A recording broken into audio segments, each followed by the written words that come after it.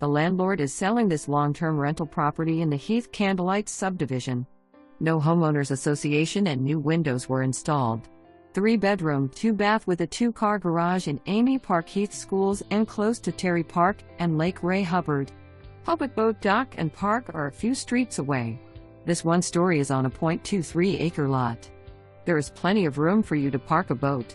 This property is being sold as is, but the vinyl flooring is new, and new paint and backsplash. The foundation work was just completed also. We have 3 homes: 110 Gregory, MLS number 20,465,325, 120 Darrell, MLS number 20,600,886, and 116 Darrell to be sold as a package deal or will sell individually. Part of an estate?